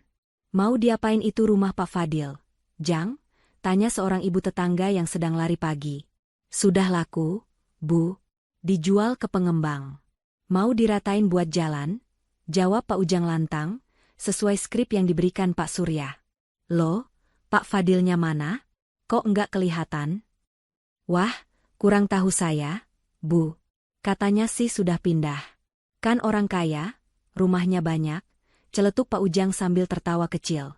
Raisa tersenyum mendengar jawaban cerdas itu dari dalam mobilnya. Tepat pukul 7 teng, operator alat berat mulai menggerakkan tuas kendali. Lengan besi raksasa itu terangkat tinggi ke udara, seolah sedang meregangkan otot sebelum menghantam mangsanya. Brak! Hantaman pertama mendarat telak di pagar beton pilar putih yang dulu dibanggakan Bu Yanti. Pagar itu remuk seketika seperti kerupuk, menyebarkan debu semen ke udara. Suara gemuruh runtuhnya tembok itu membuat jantung Raisa berdesir. Ada rasa ngilu, tapi lebih besar rasa puasnya. Pagar itu adalah batas yang selama ini mengurungnya dalam kepalsuan. Ekskavator terus bergerak maju, rodanya yang besar melindas taman bunga yang dulu dirawat Raisa dengan penuh kasih sayang. Bunga mawar, melati, dan sisa anggrek yang tertinggal, semuanya lenyap terbenam dalam tanah merah yang diaduk-aduk roda besi. Lengan besi itu kini mengarah ke bangunan utama. Sasaran pertamanya adalah balkon kamar tidur utama di lantai 2. Tempat di mana Fadil sering berdiri merokok sambil memandang rendah orang-orang lewat. Duar. Baket ekskavator menghantam dinding kaca balkon. Pecahan kaca berhamburan berkilauan ditimpa sinar matahari, jatuh bagaikan hujan kristal yang tajam.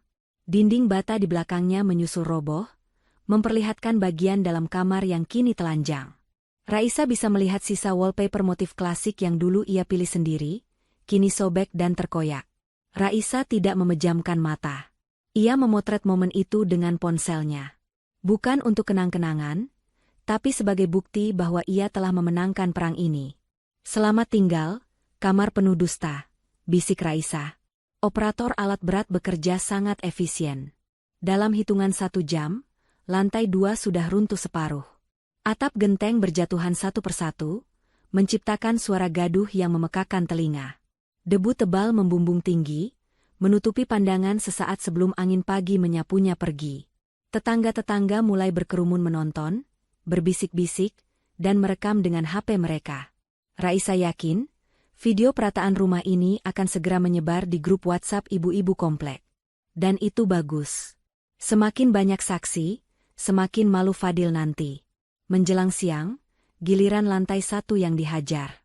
Ruang tamu, tempat Bu Yanti sering memamerkan tas-tas KW-nya kepada teman-teman arisannya, kini hancur lebur.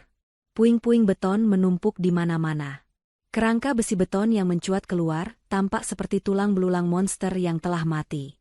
Raisa melihat Pak Surya datang sebentar untuk memantau. Pria itu menunjuk-nunjuk sesuatu, memberi instruksi agar pekerja lebih cepat membersihkan puingnya. Truk-truk pengangkut sampah proyek mulai antre masuk, siap membawa sisa-sisa, istana, Fadil ke tempat pembuangan akhir. Hati Raisa terasa aneh. Dulu, ia bekerja keras pagi siang malam demi membangun tembok-tembok itu. Ia menabung, menahan diri tidak belanja, demi bisa membeli semen terbaik, cat termahal, dan keramik tercantik. Tapi hari ini, ia juga yang menjadi sutradara di balik kehancurannya. Membangun butuh bertahun-tahun, menghancurkan cuma butuh setengah hari, gumam Raisa. Sama seperti kepercayaan. Dibangun bertahun-tahun, hancur hanya karena satu foto di status WA. Pukul 3 sore, pekerjaan itu selesai. Rumah mewah 2 lantai yang megah itu lenyap tak berbekas. Yang tersisa hanyalah hamparan tanah merah yang luas dan rata. Rata seluas mata memandang. Tidak ada lagi pilar, tidak ada lagi atap, tidak ada lagi dinding. Benar-benar kembali ke titik nol, seperti selembar kertas kosong yang kotor. Para pekerja mulai mengemasi alat-alat mereka. Ekskavator diparkir di sudut lahan. Garis polisi PT Surya Propertindo dipasang kembali melingkari area itu.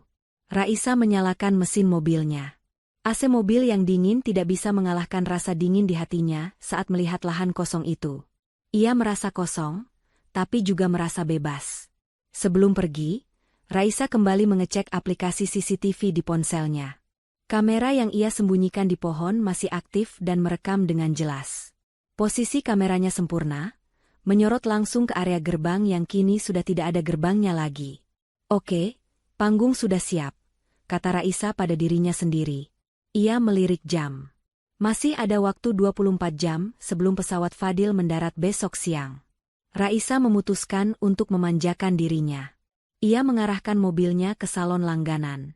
Ia akan melakukan perawatan full body, cerambat, dan manicure. Ia ingin tampil prima besok. Ia ingin terlihat bersinar, kontras dengan wajah kusam dan putus asa yang akan ditampilkan oleh suami dan mertuanya. Di salon, saat Kapster sedang memijat kepalanya, Raisa iseng membuka Instagram. Ia mencari akun Gaida lagi. Dan benar saja, ada update baru. Foto tiket pesawat first class tujuan Jakarta untuk besok siang. Caption, "Bye-bye liburan. Back to reality."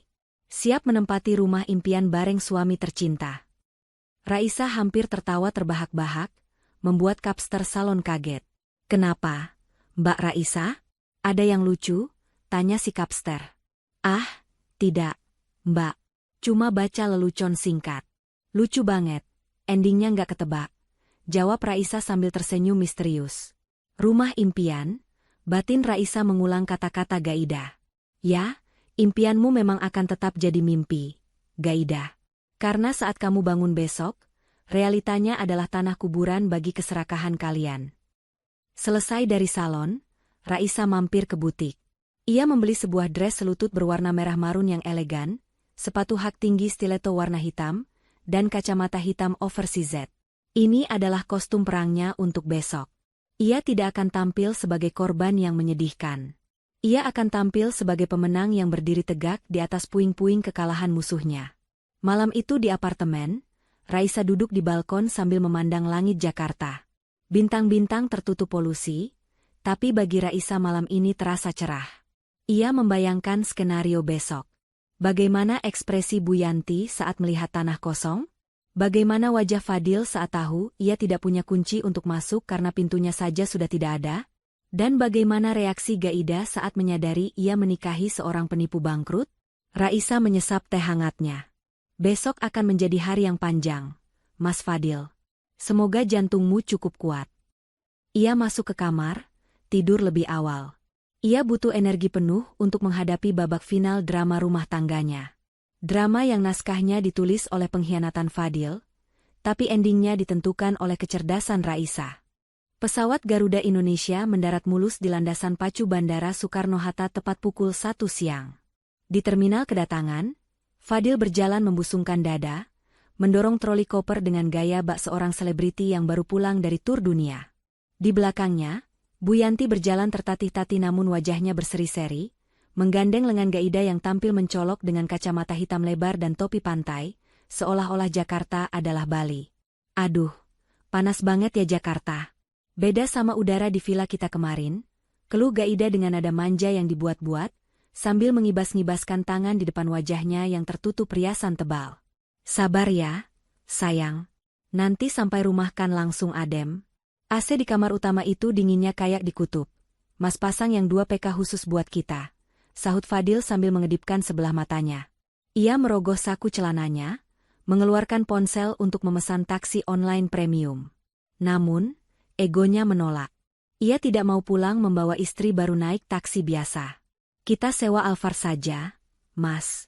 Biar tetangga lihat kalau kita pulang dengan gaya," usul Bu Yanti, yang langsung disetujui Fadil tanpa pikir panjang soal tagihan kartu kredit yang sudah over limit. Setengah jam kemudian, sebuah Toyota Alphard hitam mengkilap menjemput mereka di lobi. Sopir berseragam membukakan pintu, dan mereka masuk ke dalam kabin mobil yang sejuk dan beraroma kulit mewah. Fadil duduk di depan di samping sopir agar terlihat seperti bos, sementara Bu Yanti dan Gaida duduk di kursi tengah yang nyaman. Sepanjang perjalanan menuju Jakarta Selatan, tawa mereka tidak henti-hentinya meledak. Mereka membahas betapa suksesnya pesta pernikahan kemarin, betapa irinya teman-teman lama Fadil melihat kecantikan Gaida, dan tentu saja, topik favorit mereka, rencana menyingkirkan Raisa. "Bu, nanti kalau sampai rumah, si Raisa itu masih ada di sana nggak?" tanya Gaida sambil membetulkan letak cincin emas di jarinya, cincin yang dibeli dari sisa uang pinjaman bank. Bu Yanti mendengus kasar. "Paling dia lagi sibuk di dapur, masak rendang pesanan ibu. Dia kan babu yang baik. Tapi tenang saja, Gaida. Nanti kamu yang jadi nyonya besar di rumah itu. Kamu nggak usah nyentuh sapu atau pel. Biar Raisa yang kerjakan semuanya sebelum kita tendang dia keluar." Fadil tertawa renyah dari kursi depan. "Jangan khawatir, sayang. Mas sudah siapkan skenarionya. Begitu sampai, Mas akan langsung talak dia. Mas kasih waktu dia 1 jam buat kemas baju-bajunya yang jelek itu, terus dia harus angkat kaki. Rumah itu kan atas nama orang tua Mas, jadi dia nggak punya hak apa-apa. Benar itu, Dil, timpal Bu Yanti berapi-api. Perempuan mandul kayak dia mana pantas tinggal di rumah mewah. Sudah untung selama ini ibu biarkan dia numpang. Malah makin lama makin ngelunjak. Masa bulan lalu ibu minta uang buat arisan berlian cuma dikasih 5 juta? Pelitnya minta ampun. Beda sama Gaida, kan? Kemarin saja ibu langsung dibelikan tas baru. Gaida tersenyum bangga, menyandarkan kepalanya di bahu Bu Yanti. Iya dong, Bu. Gaida kan sayang sama ibu. Nanti kalau Gaida yang pegang uang belanja, ibu mau apa saja tinggal bilang. Kita bisa belanja tiap minggu, spa bareng, pokoknya kita nikmati hidup. Tuh denger, Dil, istri itu harusnya begini, memuliakan mertua. Bukan kayak si Raisa yang sok sibuk kerja, pulang malam, tapi duitnya entah kemana. Cibir Bu Yanti. Padahal, jauh di lubuk hati mereka tahu persis kemana uang Raisa. Membayar cicilan rumah, listrik, air, dan gaya hidup mereka sendiri. Tapi keserakahan telah membutakan mata hati mereka. Mereka lupa bahwa kemewahan yang mereka nikmati sekarang hanyalah gelembung sabun yang rapuh. Mobil melaju membelah kemacetan Jakarta. Fadil merasa di atas angin. Ia membayangkan wajah kaget Raisa nanti. Ia membayangkan Raisa akan menangis, bersimpu di kakinya memohon jangan diceraikan. Hayalan itu membuat senyum di bibirnya makin lebar. Ia merasa menjadi laki-laki paling berkuasa. Pak sopir, bisa agak ngebut nggak? Istri dan ibu saya sudah nggak sabar mau istirahat di kasur empuk. Perintah Fadil dengan nada angkuh. Siap, Pak, jawab sopir singkat. Saat mobil mulai memasuki kawasan Senopati, jantung Gaida berdebar kencang karena antusias. Fadil sudah sering menceritakan tentang rumah mewahnya. Lantainya yang marmer Italia, lampu kristalnya, kolam ikannya yang asri, dan walk-in closet yang luas. Gaida sudah membayangkan akan membuang semua baju Raisa dan menggantinya dengan koleksi baju barunya. Itu belok kiri, Pak, masuk gerbang komplek yang ada pos satpamnya, arah Fadil sambil menunjuk jalan. Pak Ujang, satpam komplek yang berjaga di pos, melihat mobil Alphard itu mendekat. Ia mengenali wajah Fadil dari kaca depan yang tidak terlalu gelap. Bukannya memberi hormat seperti biasa, Pak Ujang justru tersenyum geli dan membiarkan palang gerbang terbuka lebar tanpa menyapa. Fadil yang merasa dirinya, raja kecil, di komplek itu mengerutkan kening. Tumben si Ujang gak hormat. Kurang ajar, nanti aku laporin ke pengelola biar dipecat. Gerutu Fadil. Sudahlah, Mas. Jangan urusin satpam. Aku udah gak sabar lihat rumahnya. Rengek Gaida. Mobil melaju pelan menyusuri jalanan komplek yang asri. Deretan rumah-rumah gedongan berdiri kokoh di kiri kanan jalan. Nah, itu dia blok kita. Rumah nomor 88, yang pagarnya paling tinggi warna putih, ada pilar gaya Eropanya, kata Fadil penuh kebanggaan, jarinya menunjuk ke arah ujung jalan. Bu Yanti membenarkan posisi duduknya, menyiapkan wajah paling judes untuk menyambut Raisa. Ingat ya, Dil, jangan lembek. Kalau dia nangis, jangan kasihan. Langsung usir. Ibu sudah muak lihat muka sok sucinya itu. Beres, Bu. Tenang saja. Mobil semakin dekat. 50 meter lagi. 30 meter lagi. Namun, ada yang aneh. Fadil menyipitkan matanya. Ia mencari-cari pagar putih tinggi yang biasa menjadi penanda rumahnya. Tapi sejauh mata memandang, di deretan itu hanya ada rumah tetangga sebelah kiri, rumah tetangga sebelah kanan, dan sebuah ruang kosong yang sangat luas di tengah-tengahnya. Loh, kok terang banget? Gumam Fadil bingung. Biasanya pohon mangga besar di halaman depan rumahnya menghalangi pandangan. Tapi sekarang pemandangan terlihat tembus sampai ke tembok pembatas belakang komplek. Mas, rumahnya yang mana sih? Katanya pagar putih, tanya Gaida bingung, kepalanya menengok ke kiri dan ke kanan. Fadil mulai panik. Ia menegakkan punggungnya. Itu, harusnya di situ. Di sebelah rumah Pak RT. Mobil Alphard itu perlahan melambat dan akhirnya berhenti tepat di depan alamat yang dituju, Jalan Senopati Indah nomor 88. Sopir menoleh ke belakang dengan bingung. Maaf, Pak. Sesuai titik map, ini lokasinya. Tapi ini tanah kosong, Pak. Hening. Keheningan yang mencekam menyergap seisi mobil. Tawa riang yang tadi memenuhi kabin lenyap seketika, digantikan oleh suara mesin AC yang berdengung halus. Mata Fadil melotot, nyaris keluar dari kelopaknya. Mulut Bu Yanti ternganga lebar, seolah rahangnya copot. Gaida mematung, kacamata hitamnya melorot ke hidung. Di hadapan mereka, tidak ada pagar pilar putih. Tidak ada bangunan 2 lantai. Tidak ada balkon kaca. Tidak ada garasi. Tidak ada taman bunga. Yang ada hanyalah hamparan tanah merah yang rata, padat, dan bersih. Benar-benar rata dengan tanah. Tidak ada satu bata pun yang berdiri. Hanya ada garis polisi kuning yang melambai-lambai tertiup angin, dan sebuah pelang besar yang tertancap gagah di tengah lahan. Tanah ini milik PT Surya Propertindo, dilarang masuk tanpa izin. Ini. Suara Fadil tercekat di tenggorokan, seperti orang tercekik. Wajahnya yang tadi merah karena sombong, kini berubah pucat pasi seperti mayat. Bu Yanti menggosok-gosok matanya berkali-kali, berharap ini hanya halusinasi akibat jet lag. Tapi pemandangan itu tetap sama.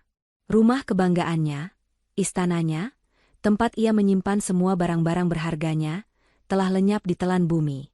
Rumahku. Desis Bu Yanti, suaranya bergetar hebat. Mana rumahku? Teriakan histeris Bu Yanti memecah keheningan siang itu, tapi tidak ada tembok yang memantulkan suaranya. Hanya angin kosong yang menjawab kepulangan sang raja dan ratu yang kini tak bertahta. Pintu mobil Alphard itu terbuka perlahan.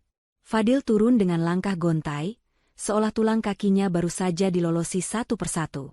Matanya nanar menatap hamparan tanah merah di hadapannya. Ia berkedip sekali, 2 kali, berharap pemandangan ini akan berubah kembali menjadi bangunan megah 2 lantai. Namun, nihil. Realita di depannya terlalu keras untuk disangkal. Enggak mungkin, ini enggak mungkin. Gumam Fadil seperti orang meracau. Ia mengeluarkan ponselnya, mengecek aplikasi peta digital. Titik GPS menunjukkan dengan akurat, home. Bu Yanti tidak bisa menahan diri lagi. Ia menghambur keluar dari mobil, tidak peduli gaun pestanya yang mahal terseret di aspal. Ia berlari masuk ke area tanah kosong itu, kakinya terperosok ke dalam tanah merah yang gembur bekas galian ekskavator. Rumahku. Di mana rumahku? Jerit Bu Yanti histeris. Ia berputar-putar di tengah lahan seperti orang gila. Tangannya mengais-ngais tanah, seolah berharap rumahnya hanya terkubur di bawah sana. Lemariku. Emasku. Uang simpananku di bawah kasur. Mana semua? Siapa yang maling rumah segede ini? Gaida turun dari mobil dengan wajah yang sudah tidak karuan. Riasan cantiknya mulai luntur oleh keringat dingin. Ia memandang sepatu hak tingginya yang kini kotor terkena cipratan tanah merah. Mas Fadil, sentak Gaida, suaranya melengking tinggi. Ini maksudnya apa? Kamu bilang kita mau pulang ke istana? Kenapa kamu bawa aku ke lapangan bola begini? Mana rumah mewah yang kamu janjikan? Fadil tidak menjawab.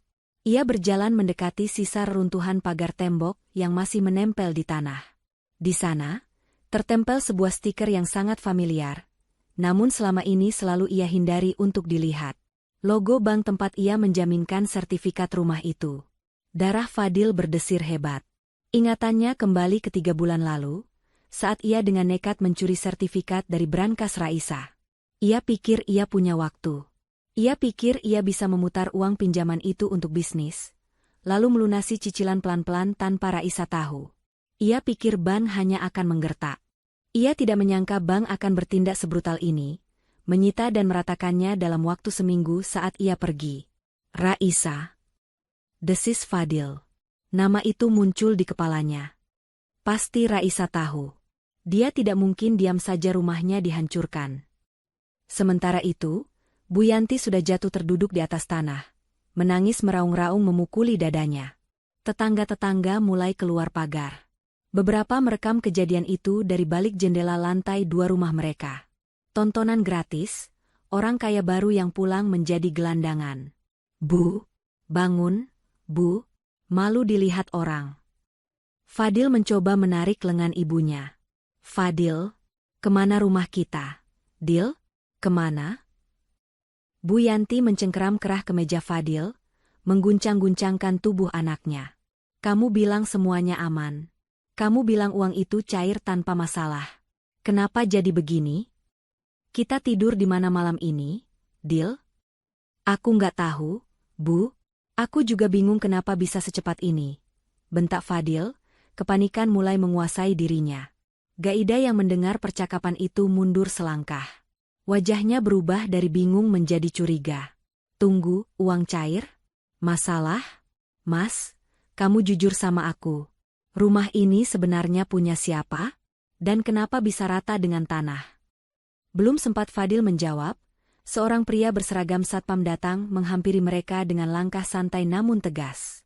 Itu Pak Ujang. Dulu, Pak Ujang selalu membungkuk hormat pada Fadil. Tapi hari ini, dagunya terangkat tinggi. Selamat siang, Pak Fadil, Bu Yanti, sapa Pak Ujang tanpa senyum. Jang, kamu kemana aja? Kenapa rumah saya hancur begini kamu diam saja? Semprot Fadil, melampiaskan amarahnya pada orang yang ia anggap lebih rendah. Siapa yang berani-beraninya merobohkan rumah saya? Panggil polisi sekarang. Pak Ujang tertawa kecil, sebuah tawa yang meremehkan. Waduh, Pak Fadil ini ketinggalan berita atau pura-pura lupa? Ini bukan rumah Bapak lagi. Ini tanah sah milik bos baru saya, PT Surya Propertindo. Sudah dibeli lunas dari pelelangan ban kemarin sore. Lelang? Pekik Bu Yanti dan Gaida bersamaan. Iya, Bu. Katanya sih karena kredit macet total. Pemilik barunya minta lahan ini dikosongkan segera. Jadi ya, diratakan. Ngomong-ngomong, Pak Fadil dan keluarga tolong segera keluar dari area ini ya. Ini properti pribadi. Kalau masih di sini, saya terpaksa panggil teman-teman keamanan proyek untuk menyeret Bapak keluar. Fadil merasa seperti ditampar bolak-balik. Harga dirinya hancur berkeping-keping di depan istri barunya. Kamu ngusir saya? Jang? Saya ini warga lama di sini. Dulu, Pak. Sekarang Bapak tamu tak diundang. Jawab Pak Ujang dingin. Silakan angkat kaki sebelum saya panggil polisi atas tuduhan masuk pekarangan orang tanpa izin.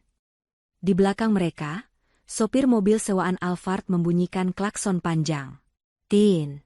Pak. Bu. Ini gimana? Waktu sewanya sudah mau habis. Kalau mau lanjut atau nunggu, kena biaya overtime ya. Dan tolong pelunasannya dibayar sekarang. Saya nggak mau ambil risiko. Teriak si sopir yang mulai sadar situasi penumpangnya tidak beres. Fadil meraba dompetnya. Kartu kreditnya sudah limit. Uang tunainya habis untuk oleh-oleh. Ia menatap Gaida. Sayang, kamu ada uang tunai dulu nggak? Buat bayar taksi, pinta Fadil dengan wajah memelas. Gaida menatap Fadil dengan tatapan tidak percaya. Matanya menyapu pemandangan menyedihkan itu. Suami yang ternyata penipu, mertua yang gila harta kini berguling di tanah kotor, dan rumah impian yang ternyata fiktif. Kamu minta duit aku? Desis Gaida tajam. Kamu bilang kamu kaya raya. Kamu bilang kamu pengusaha sukses. Ternyata kamu gembel yang rumahnya disita bank. Bukan begitu, sayang. Ini cuma salah paham. Nanti Mas jelaskan. Nggak usah jelasin, potong Gaida kasar. Ia membuka tas mahalnya, mengeluarkan dompet, dan melempar beberapa lembar uang ratusan ribu ke arah sopir. Pak, ini bayarannya. Turunkan koper saya sekarang. Saya nggak sudi satu mobil sama penipu ini. Gaida, kamu mau kemana? Bu Yanti mencoba bangkit, tangannya yang kotor hendak meraih gaun Gaida.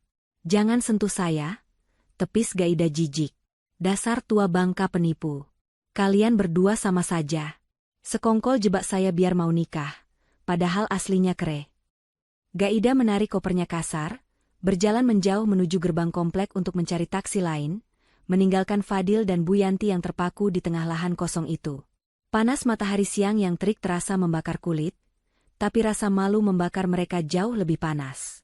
Di tengah keputusasaan itu, ponsel Fadil berdering. Nada dering khusus yang ia atur untuk Raisa. Fadil menatap layar ponselnya. Nama, Istriku Raisa, berkedip-kedip. Dulu, nama itu berarti sumber uang. Sekarang, nama itu terasa seperti hakim yang siap mengetukkan palu vonis mati. Dengan tangan gemetar hebat, Fadil mengangkat telepon itu. Halo, Mas Fadil, suara Raisa terdengar jernih, tenang, dan sangat dingin. Sudah sampai rumah? Bagaimana kejutannya? Suka dengan renovasi konsep open space yang baru? Darah Fadil mendidih ke ubun-ubun. Raisa, kamu apakan rumahku? Rumahmu? Raisa tertawa renyah di ujung sana. Koreksi sedikit, Mas. Itu tanah Ban. Dan sekarang tanah Pak Surya. Kamu tidak punya apa-apa lagi. Oh ya, barang-barangmu yang tidak berharga sudah aku donasikan. Selamat menikmati hidup barumu di jalanan, sayang. Klik. Sambungan terputus. Fadil menjatuhkan tangannya. Lututnya goyah. Ia ambruk di samping ibunya yang masih menangis. Mereka berdua duduk bersimpu di atas tanah merah, di bawah terik matahari Jakarta, ditonton oleh para tetangga dan disorot oleh kamera CCTV tersembunyi yang sedang ditonton Raisa sambil menikmati manicure di apartemen mewahnya. Ini bukan sekadar jatuh miskin. Ini adalah kehancuran total. Dan mereka baru sadar, ini baru permulaan dari mimpi buruk mereka. Pak, Bu, tolong segera tinggalkan area ini. Alat berat mau diparkir ke tengah. Jangan sampai kaki Bapak kelindas roda rantai, saya nggak tanggung jawab loh. Tegur Pak Ujang lagi, kali ini dengan nada yang lebih keras sambil menunjuk ekskavator yang mulai menderu kembali. Fadil tidak punya pilihan. Dengan sisa-sisa tenaga dan harga diri yang sudah minus, ia menarik koper besarnya yang berat. Roda koper itu bergemeretak di atas aspal panas, suara yang menyayat hati bagi seseorang yang baru saja kehilangan segalanya. Bu Yanti mengekor di belakangnya, berjalan tertatih-tatih tanpa alas kaki karena sepatu hak tingginya patah saat ia mengamuk di tanah tadi. Kita mau kemana? Dil? Ibu haus, ibu capek. Rengek Bu Yanti. Wajahnya cemong oleh campuran debu, air mata, dan lunturan bedak. Penampilannya lebih mirip pengemis elit daripada nyonya besar. Ke kantor Raisa, jawab Fadil geram. Rahangnya mengeras. Perempuan itu harus tanggung jawab. Dia pasti sengaja membiarkan ini terjadi. Dia pikir dia bisa lepas tangan begitu saja setelah menghancurkan hidupku? Enak saja. Aku masih suaminya yang sah. Harta dia harta aku juga. Mereka menyetop taksi biru yang lewat. Fadil harus merogoh saku celana jasnya dalam-dalam untuk menemukan sisa uang receh kembalian tol. Cukup untuk ongkos ke kantor catering Raisa yang letaknya tidak terlalu jauh. Sepanjang perjalanan, Fadil menyusun kalimat makian. Ia akan menuntut Raisa. Ia akan mempermalukan Raisa di depan karyawannya. Ia akan memaksa Raisa membelikan rumah baru, atau setidaknya menyewakan apartemen mewah hari ini juga. Taksi berhenti di depan ruko 3 lantai yang catnya masih baru dan terawat.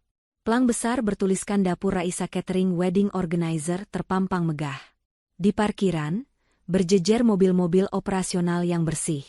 Kontras sekali dengan kondisi Fadil saat ini. Fadil menyeret kopernya masuk, menendang pintu kaca lobi hingga terbuka kasar. Resepsionis yang sedang menerima telepon terlonjak kaget. Mana Raisa? Panggil bos kamu keluar sekarang. Teriak Fadil, suaranya menggema di seluruh ruangan.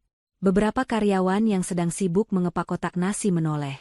Mereka mengenali Fadil, suami bos mereka yang jarang terlihat kecuali saat minta uang, namun mereka kaget melihat kondisinya yang berantakan dan bau keringat. Maaf, Pak Fadil, Bu Raisa sedang ada tamu.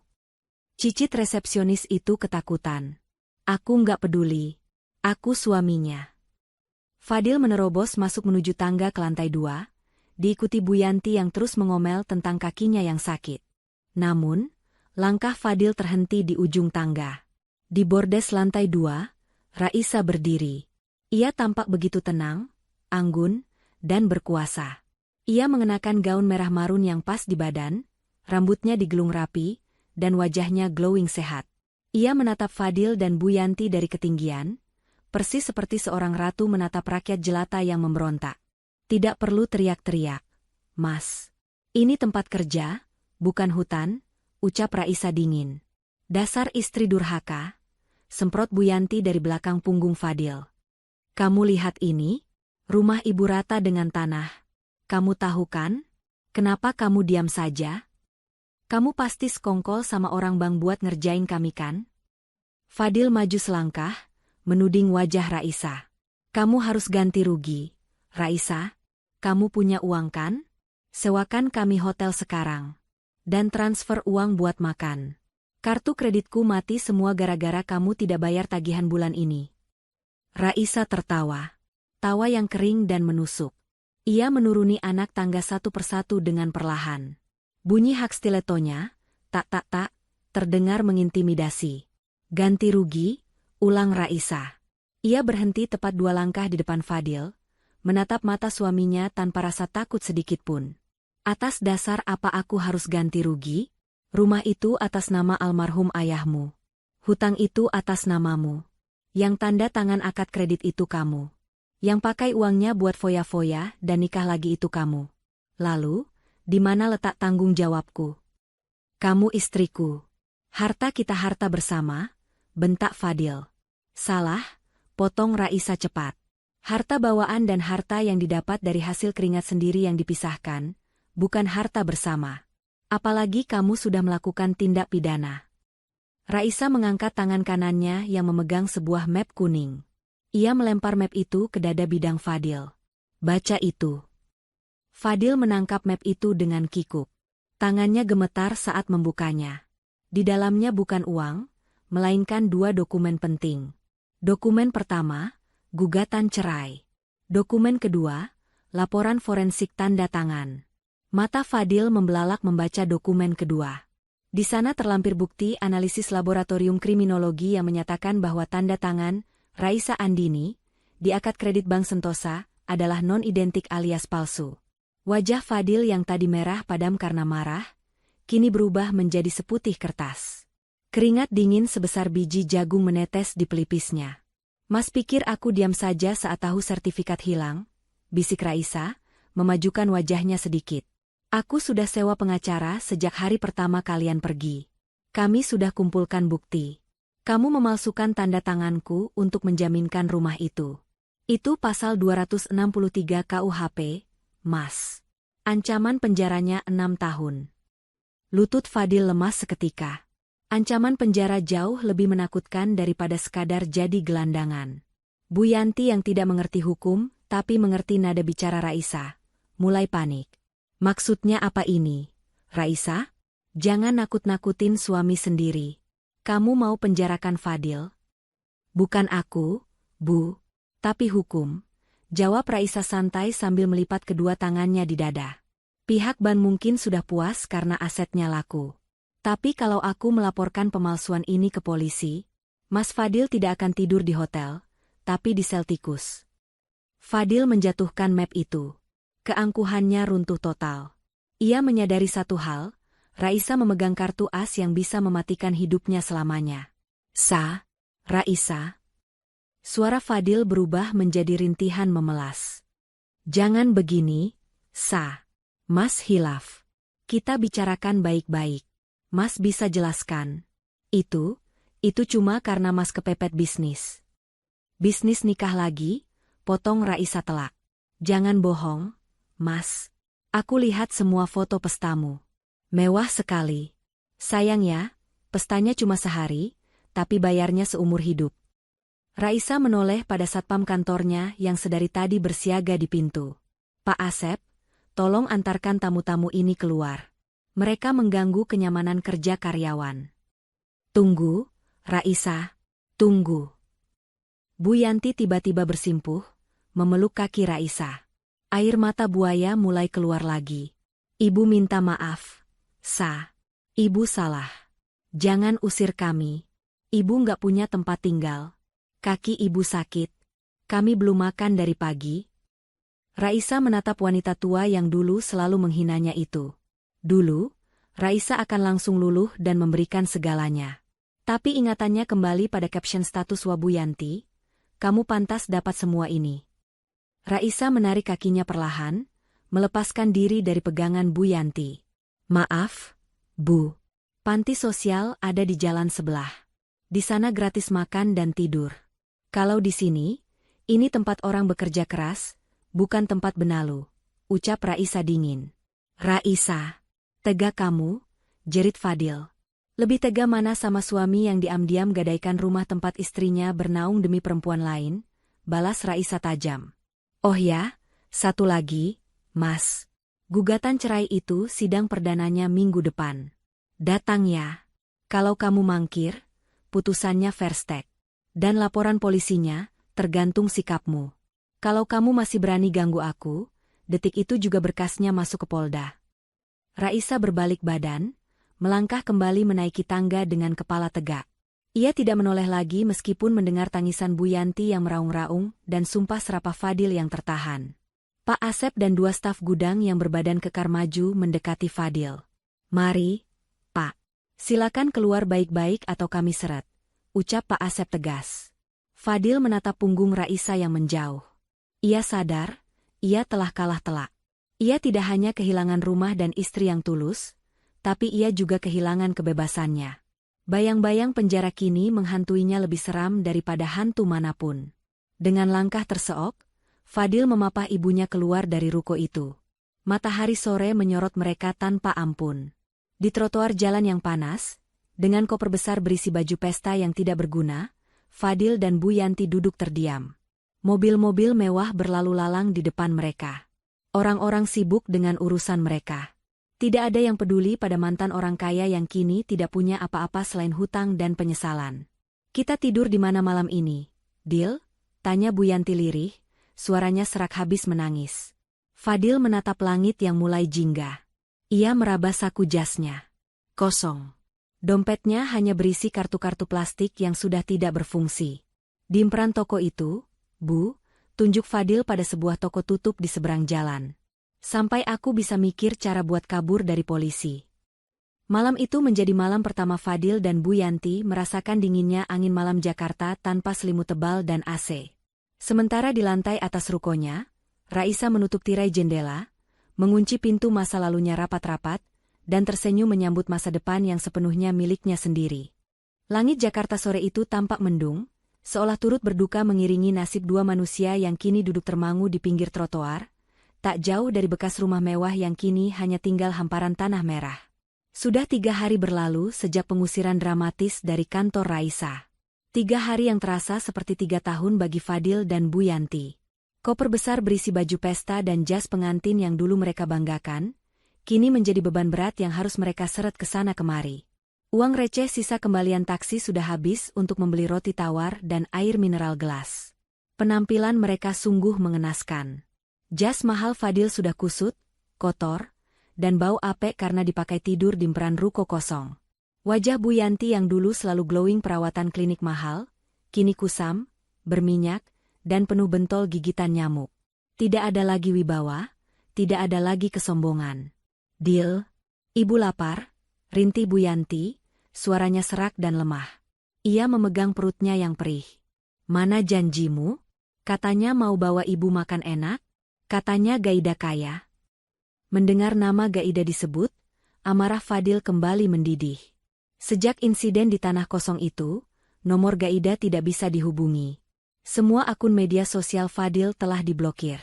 Istri barunya itu lenyap bak ditelan bumi, membawa serta cincin kawin berlian yang dibeli Fadil dengan kartu kredit, yang tagihannya kini mencekik lehernya. Fadil mencoba menyalakan ponselnya yang baterainya tinggal 1%. Ada satu pesan masuk dari nomor asing. Sebuah video. Fadil membukanya dengan tangan gemetar. Di layar retak itu, muncul wajah Gaida. Dia sedang berada di dalam sebuah mobil sport cup terbuka, duduk di samping seorang pria tua botak berkalung emas besar. Hai, Mas Fadil mantan suamiku yang miskin, ucap Gaida di video itu sambil tertawa renyah. Makasih ya buat liburannya kemarin. Sayang banget ternyata kamu cuma OKB, orang kaya baru, palsu. Oh ya, jangan cari aku. Aku sudah dapat sponsor baru yang real rich, bukan penipu kredit macet kayak kamu. Bye loser. Video berakhir. Layar ponsel Fadil mati total karena kehabisan daya. Arg. Fadil berteriak frustrasi, membanting ponsel matinya ke trotoar hingga hancur berkeping-keping. Kenapa, Dil? Gaida bilang apa? Tanya Bu Yanti panik. Dia pergi, Bu. Dia cuma manfaatin aku. Dia bawa lari perhiasan. Fadil menjambak rambutnya sendiri. Kita habis, Bu. Benar-benar habis. Di tengah keputusasaan itu, sebuah mobil SUV hitam berhenti perlahan tepat di depan mereka. Kaca jendela belakang turun perlahan. Hembusan udara sejuk dari AC mobil menyeruak keluar, menerpa wajah Fadil dan Bu Yanti yang berkeringat. Di dalam mobil, duduk Raisa. Ia tampak segar, wangi, dan sangat berkelas dengan kacamata hitamnya. Ia tidak menatap mereka dengan kemarahan, melainkan dengan tatapan datar, tatapan seseorang yang melihat orang asing yang tidak penting. Raisa, seru Bu Yanti. Harapan tiba-tiba muncul di matanya. Ia merangkak mendekati pintu mobil, tidak peduli lututnya lecet terkena aspal. Sa, tolong Ibu, Sa. Ibu tahu kamu anak baik. Kamu pasti nggak tega lihat Ibu kayak gini. Bawa Ibu pulang, Nak. Ibu janji akan jadi mertua yang baik. Fadil ikut berdiri, matanya berkaca-kaca. Sa, tolonglah. Aku hilaf. Cabut laporan polisinya.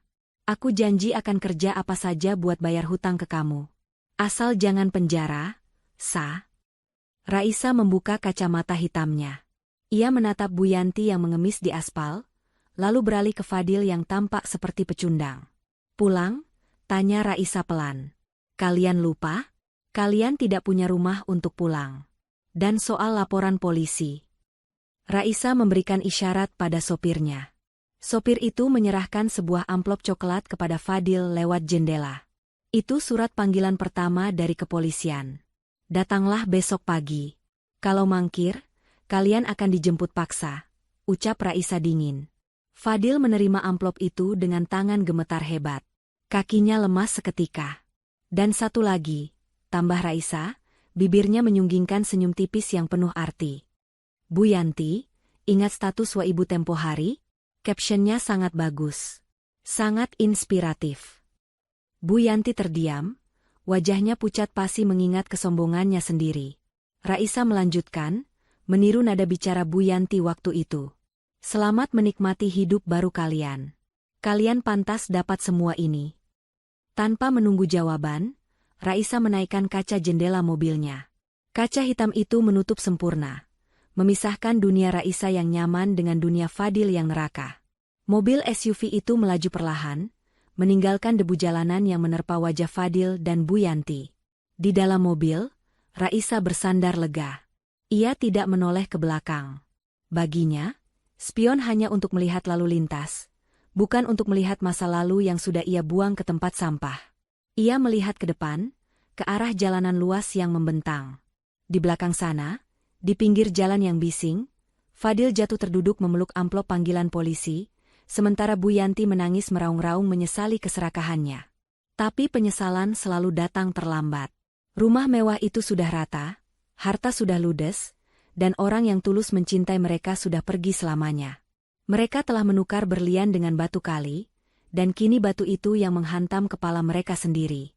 Raisa tersenyum. Hari ini cerah sekali. Tama.